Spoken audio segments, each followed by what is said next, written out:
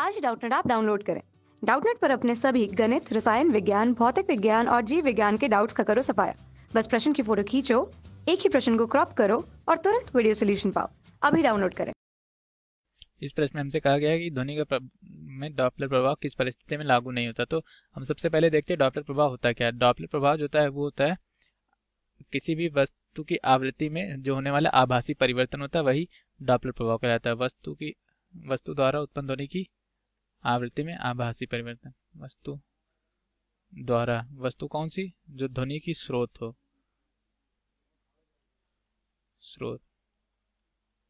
ठीक, ऐसी कोई वस्तु जो ध्वनि स्रोत हो, स्रोत द्वारा उत्पन्न ध्वनि की आवृत्ति में होने वाला आभासी परिवर्तन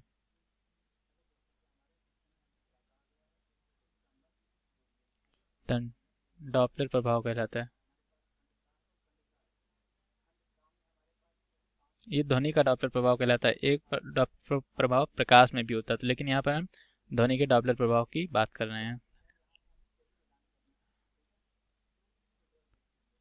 ठीक, अब यदि हमें इसको समझना तो कैसे समझे। मान लीजिए यहाँ पे हमारी एक कोई गाड़ी है। ठीक, जब ये ध्वनि उत्पन्न करेगी तो ध्वनि की तरंगे ऐसे निकलेंगी। ठीक, और यहाँ पर कोई श्रोता खड़ा है, तो जब ये दोनों वस्तुएं अपनी जगह स्थिर हैं तब क्या है, इसको जो ध्वनि सुनाई देगी वो एक नियत आवृत्ति की सुनाई देगी। लेकिन जब ये जो स्रोत है मतलब, और ये श्रोता है, तो जब स्रोत तथा श्रोता दोनों में से कोई भी इस ध्वनि स्रोत के पास आएगा या दूर जाएगा, तो क्या इसको जो जिस आवृत्ति की ध्वनि सुनाई दे रही थी उससे अलग आवृत्ति की ध्वनि सुनाई देना शुरू हो जाएगी। मतलब ध्वनि की आवृत्ति बढ़ती या घटती हुई प्रतीत होगी। ठीक, तो जब जैसे मान लीजिए ये स्रोत है, जब स्रोत श्रोता तथा तो जब श्रोता तथा स्रोत के बीच की दूरी कम होगी तब जो श्रोता को जो वह आवृत्ति बढ़ती हुई प्रतीत होगी। मतलब जिस आवृत्ति की ध्वनि यहाँ से निकल रही है उससे ज्यादा आवृत्ति की ध्वनि इसको प्रतीत होगी। और दूसरा केस क्या है कि जब श्रोता एवं स्रोत के बीच की दूरी कम होगी।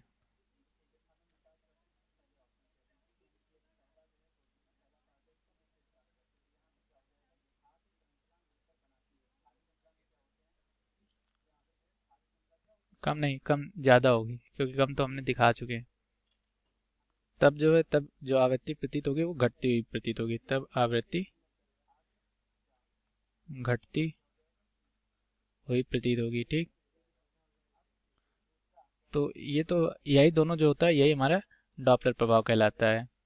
अब हमसे वो पूछ रहा है कि किस स्थिति में डॉपलर प्रभाव लागू नहीं होगा। तो डॉपलर प्रभाव लागू तब नहीं होगा जब स्रोत एवं श्रोता की जो चाल है वो ध्वनि की चाल से ज्यादा हो जाएगी। मान लीजिए श्रोता है ये वीएस चाल से चल रहा है, ठीक, और ये स्रोत है ये वीओ चाल से चल रहा है, और ध्वनि जो ये वी चाल से चल रही है, और इसकी जो वास्तविक आवृत्ति ये एन है। तो जो हम सूत्र लिखते हैं आभासी आवृत्ति, मतलब जो आवृत्ति श्रोता को सुनाई देती है उसका जो सूत्र होता है वो ये होता है V minus VO V minus V S. ठीक, ये हमारा सूत्र होता है। अब जब हमारा मान लीजिए किसी एक की भी चाल, श्रोता की चाल अगर हमारी किसके चाल के बराबर हो गई, ध्वनि की चाल के बराबर हो जाए या इससे ज्यादा हो जाएगी, या फिर हमारे जो स्रोत है उसकी चाल ध्वनि की चाल के बराबर हो जाएगी या उससे ज्यादा हो जाएगी, तो जो है ये हमारा डॉपलर प्रभाव लागू नहीं होगा।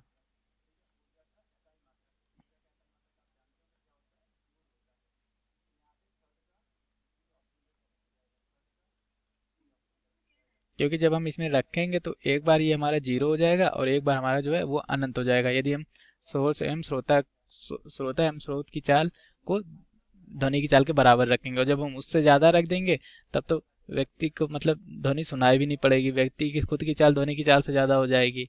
तो हमें दोनों ही परिस्थितियों में जो हमारा है डॉपलर प्रभाव लागू नहीं होता है। तो इसका जो उत्तर था वो यही है कि जब हमारे स्रोत एवं श्रोता की चाल ध्वनि की चाल से ज्यादा हो जाएगी तब डॉपलर प्रभाव लागू नहीं होगा। धन्यवाद।